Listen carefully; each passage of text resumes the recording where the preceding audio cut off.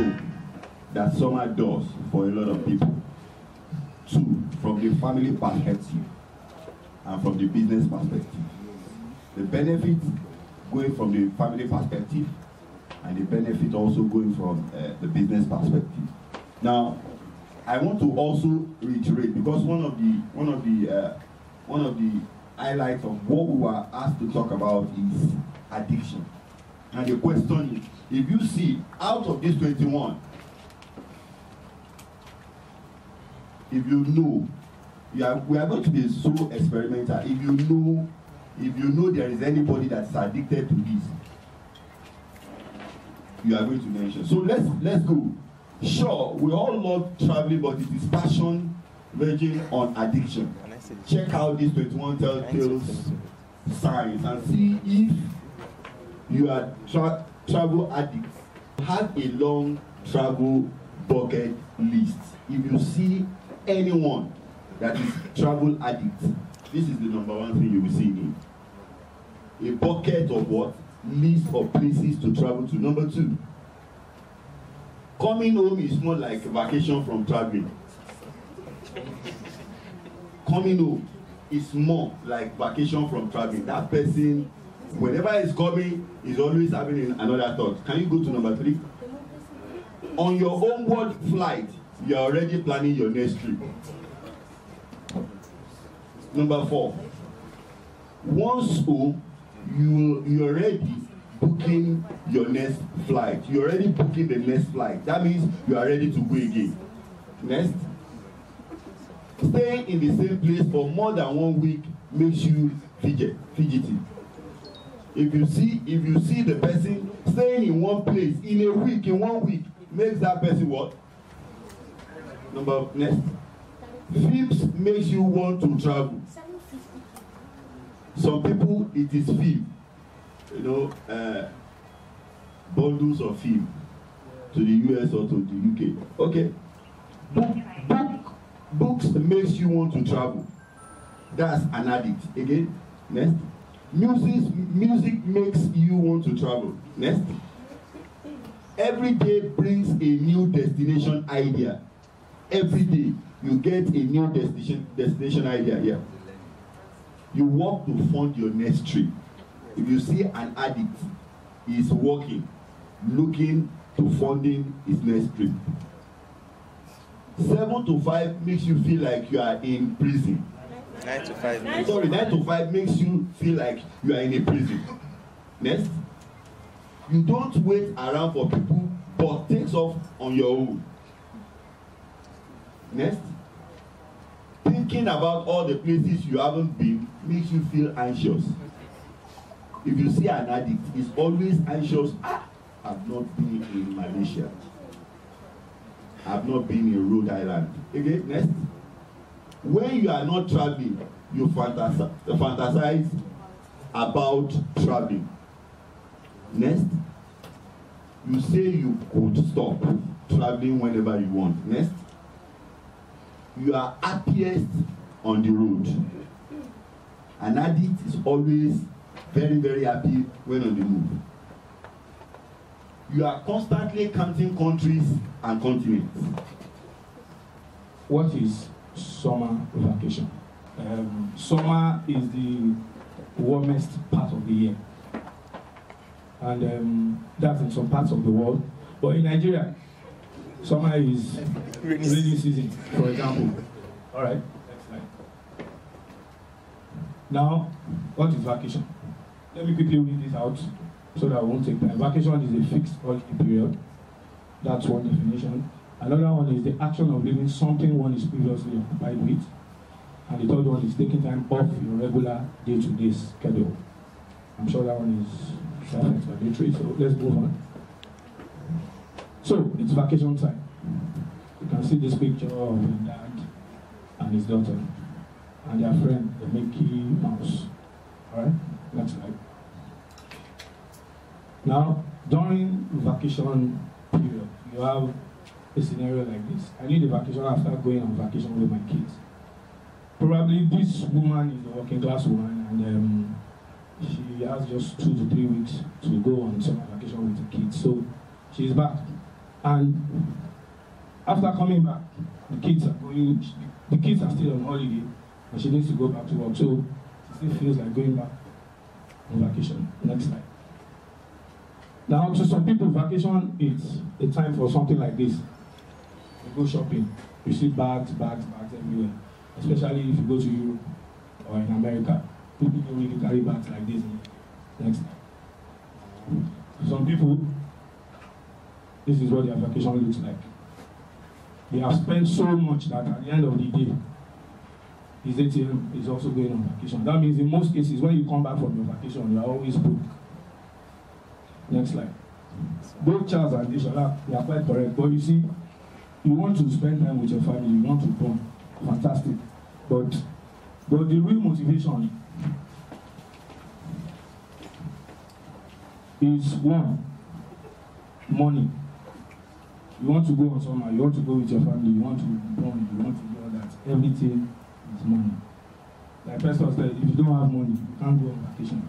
There is not. So the first motivation really is you have checked your bank account or your bank balance and you discover that why I can afford to go on this summer trip with my family. So money is a very important factor that motivates people. The second one, people also deliberately, especially the women, they have a way of doing this mathematics such that by the time they are planning to go to summer or go for summer, it's also a time for them to give back, especially for the pregnant ones, so that the children can have, or the child can have either the blue jack or the red bingo or whatever, colored passport anyway. Then when you travel for summer, there are definitely opportunities. It's not only bonding and having fun. There are some things we can actually learn from traveling. One of the things that we usually do when we decide to go on summer is we just want to escape from the familiar, from the tyranny of the familiar. You have the money, like I said, and you're just like, why should I stay in Nigeria this year? Let me go to the Bahamas. Let me go to, so you just want to escape from your normal environment so that you can see how other places look like. Next slide. Then you also learn about other markets, their economic systems, cultures, and way of doing things. I'm sure everybody will agree with me. If you travel out, you go on summer, either for business or you travel in a private capacity, you learn about markets. When we go to our Visit Explore, we're always calculating how to exchange money and stuff like that. We also learn about their cultures, and we also learn about. We are also giving room for new ideas to be transplanted back to Nigeria. If we see good things outside Nigeria, if you travel out, you can also bring them here and replicate. There's no harm in doing that. Yeah. Now, I haven't said much about traveling abroad and stuff like that. It's not every time that we want to travel abroad. We also have some very, very good summer arrangements here in Nigeria. Now, traveling, I think it was Charles that mentioned it, that you can, if you stay within Nigeria during your summer vacation, you might start having interruptions such as phone calls and stuff like that. But let's assume that you are in Nigeria for your summer vacation. It is less stressful. You don't need to go to any embassy to renew your visa or to get visa. Just choose an holiday destination and you're home and dry. Next slide. Now in Nigeria, we have some beautiful places you can go to for your summer vacation. This place is called Ikogosi, Warm Spring. It's in Ekiti State. I've been there, very lovely place. You can check it out. For those who don't have the fat budget to go abroad. Next one. You have the popular Olumọ Rock in Abeokuta. You have the Yankari National Park. You have the popular Obudu Castle Ranch. And you have, there's one picture. There's this Kajuru Castle in Kaduna. If you have seen Waniko's latest video, the video was shot in that castle, and the place is actually in Nigeria, in Kaduna State. And so, why not visit Nigeria? Hashtag visit Nigeria. We'll show you beautiful places that we can also visit in Nigeria. Welcome to summer. 100% of everyone in this hall has provision for vacation. I think management also saw the need for those kind of things, and that is why every time you want to go on leave, there is a vacation allowance. So, well, my question this morning is, are there a campaign being held by Wakana? If you want to go for vacation, you don't need to have all the money. You can come and pay small, exactly. I want to know from you, is it right that you want to go on vacation, there is pay small package for you? That's my number one question.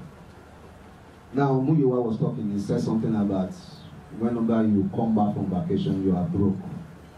So, is there an advice for us to ensure that when we come back from vacation, when we come back from vacation on the 15th, we don't come to your office and ask you, when are you going to pay?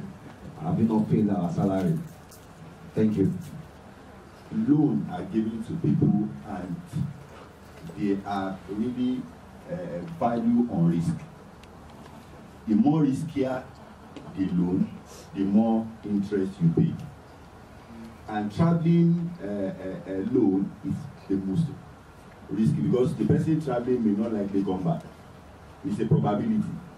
So if that person comes, the risk of return is also very, very high. So from my own perspective as a financial person, if at 28% you are paying an interest, 28, 29, 30, 32, you are paying an interest to a bank for a borrowing to really increase or grow your business.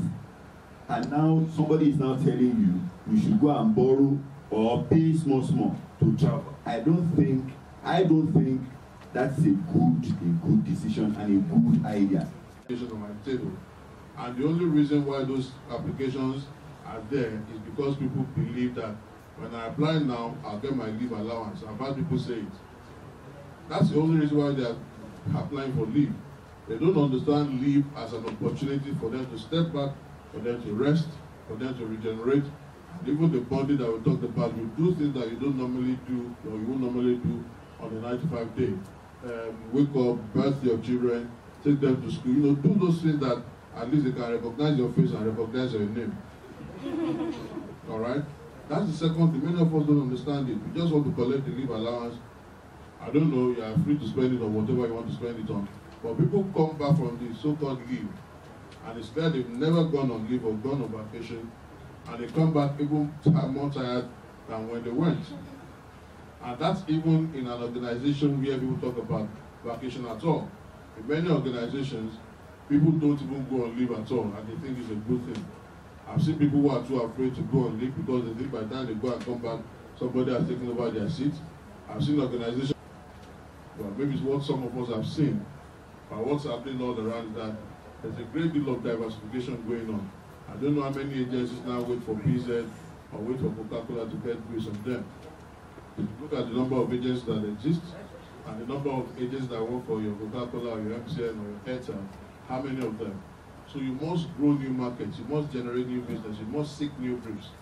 And that's the whole essence of networking.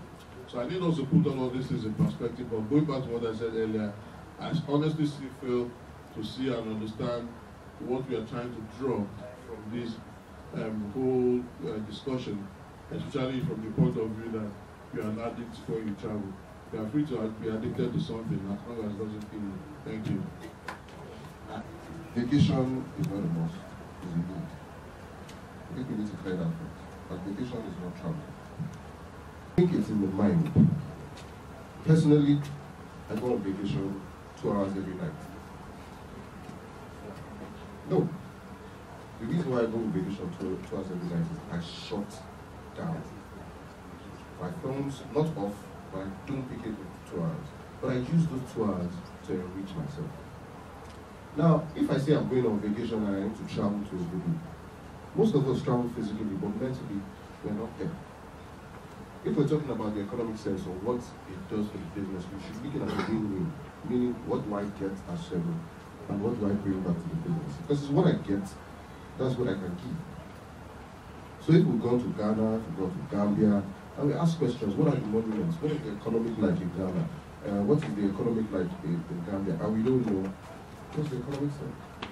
In fact, in the US, I'm sure a lot of you don't know about this, Compton, there's a tour. They take you to, and they're pointing to you. We shot 3 people here last night. I'm not kidding you. But you know what? They flipped it around